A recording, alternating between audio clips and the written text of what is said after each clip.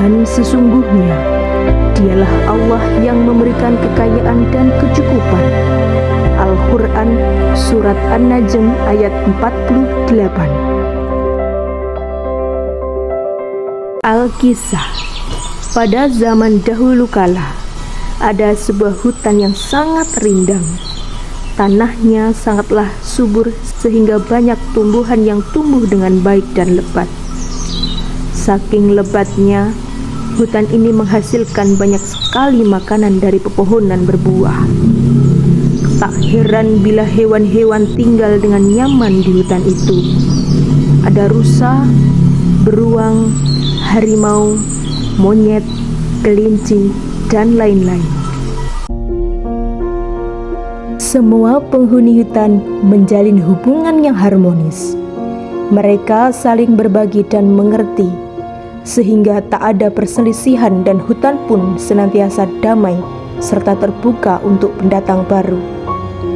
Hingga suatu hari, datanglah seekor ulat kecil ke hutan yang lebat itu.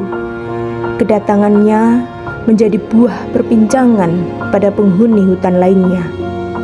Di hutan, ulat sangatlah dijauhi, sebab ulat dikenal dengan tabiatnya yang jelek, yakni kerap menghabiskan semua daun di pepohonan dalam waktu yang singkat.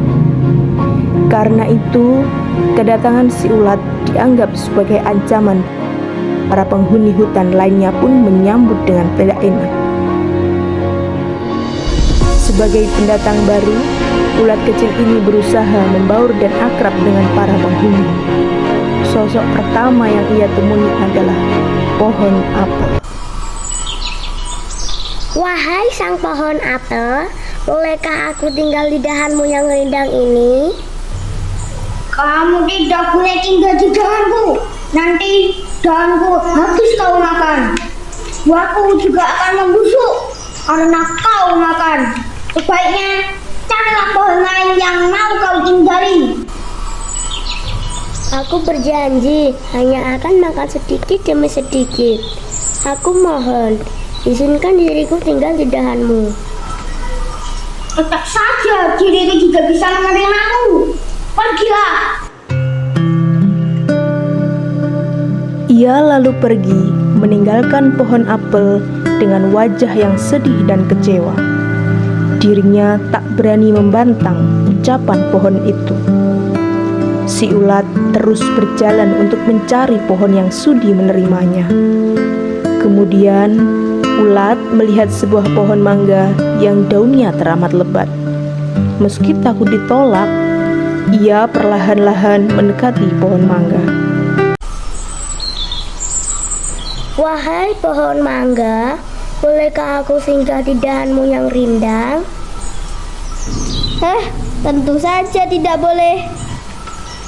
Aku pernah mengizinkan seekor ular tinggal di dahanku. Lalu, ia menghabiskan seluruh daunku. Hingga aku tampak gersang. Aku tidak seperti itu. Aku janji akan memakan daunmu sedikit demi sedikit. Tidak boleh ya, tidak boleh. Pergilah. Carilah pohon lain yang mau menerimamu. Tolonglah aku. Aku mohon. Aku berjanji membalas kebaikanmu. Tidak, pergilah. Dengan berat hati, ulat meninggalkan pohon mangga. Wajahnya sangat sedih.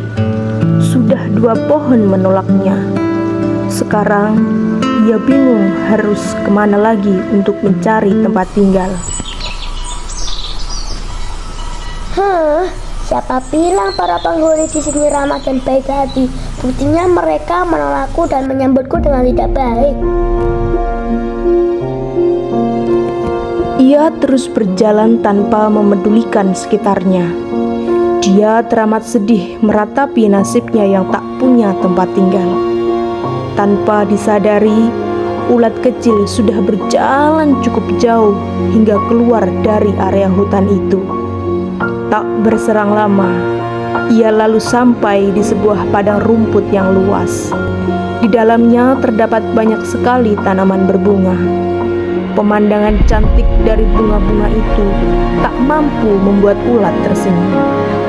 Tiba-tiba dia teringat pesan ibunya agar tidak pernah menyerah dan berdoa kepada Allah Al-Mughni, karena hanya Allah yang dapat memberikan rizki bagi semua makhluk di bumi. Ya Allah, ya Mughni, berilah aku rezeki berupa daun-daunan agar aku bisa makan, dan berilah aku tempat berlindung pada tanaman yang baik hati. Di padang rumput itu tumbuhlah bunga matahari yang menjulang tinggi. Sedari tadi ia memandang ulat kecil yang tampak sedih. Kemudian ia menegur ulat itu. Hai ulat kecil, siapa namamu? Kenapa kau tampak sedih? Ada apa? Mendengar ucapan tersebut, ulat kecil sempat terkejut. Dengan wajahnya yang masih memelas, ia pun menjawab, Wahai bunga yang cantik, namaku Lili. Aku bersedih karena tidak punya makanan dan tempat tinggal. Ketika aku meminta izin di beberapa pohon, mereka menolakku. Mereka bilang gua terlalu rakus. Tak usah bersedih kawanku. Aku adalah ratu di taman bunga ini. Kamu bisa memilih mau tinggal di mana. Tapi mereka pasti menolakku. Percayalah padaku, kawan kecilku. Mereka akan menuruti semua perkataanku. ulat kecil hanya bisa terdiam. Ia takut bila mengalami penolakan lagi. Karena itu, ia hanya menundukkan kepalanya.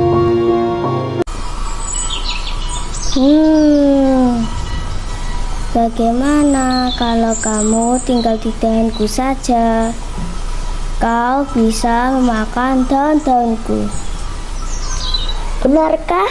Bolehkah aku tinggal bersamamu? Tentu saja benar. Kau boleh tinggal bersamaku sampai kapanpun. Tapi, apakah kau ikhlas? Tentu saja. Aku juga tak mengapa bila kau ingin makan daunku yang banyak. Apalah arti beberapa lembar daun? Mereka akan tumbuh kembali. Bukankah teman lebih berharga dari apapun?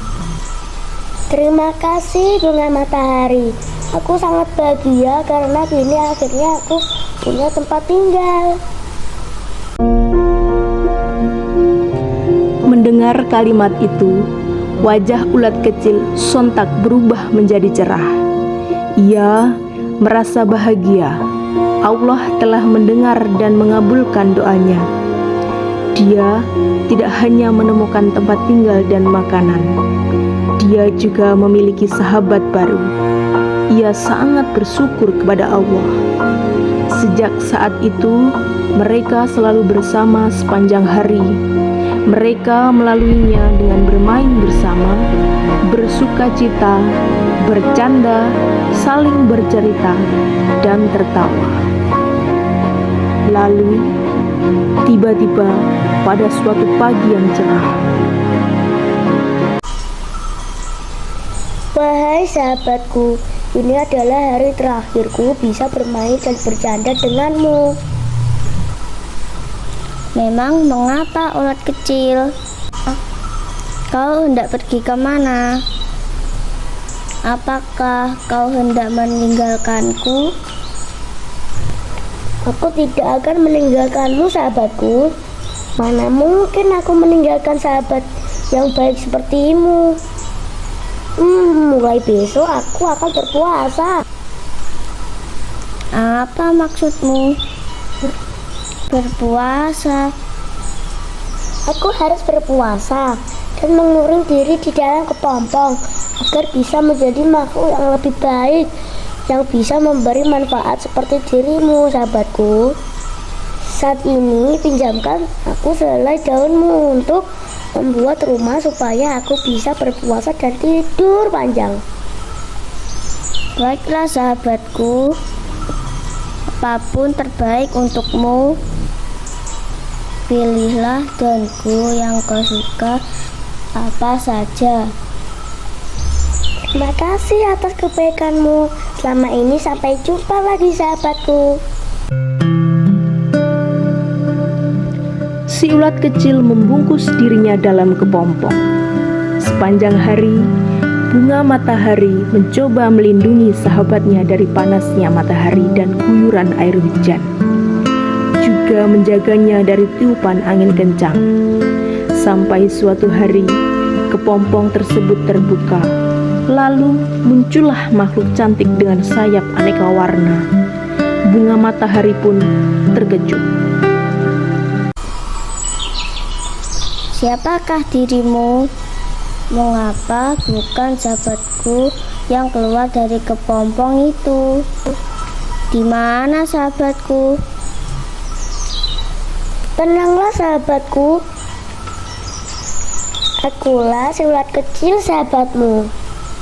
Setelah aku berpuasa, aku berubah menjadi kupu-kupu yang cantik. Benarkah itu dirimu? Sekarang kau punya sayap untuk terbang. Apakah kau terbang untuk meninggalkanku? Tentu saja tidak. Aku akan terbang di sekelilingmu.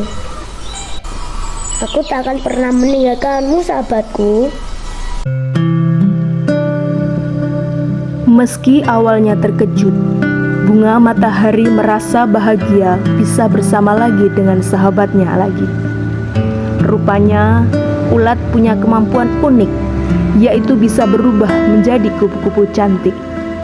Sejak hari itu, kupu-kupu selalu terbang mengitari bunga matahari dan bunga lainnya.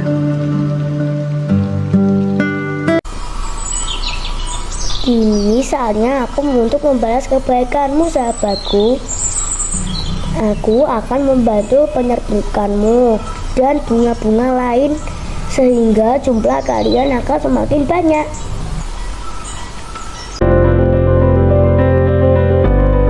Mendengar penjelasan kupu-kupu, bunga matahari sangat gembira.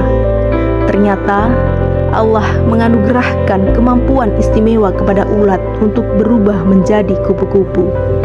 Bunga matahari percaya bahwa Allah Al-Mughni menciptakan semua makhluk pasti ada manfaatnya, sehingga bisa membantu yang lainnya. Mereka pun kembali bersahabat dan saling tolong-menolong.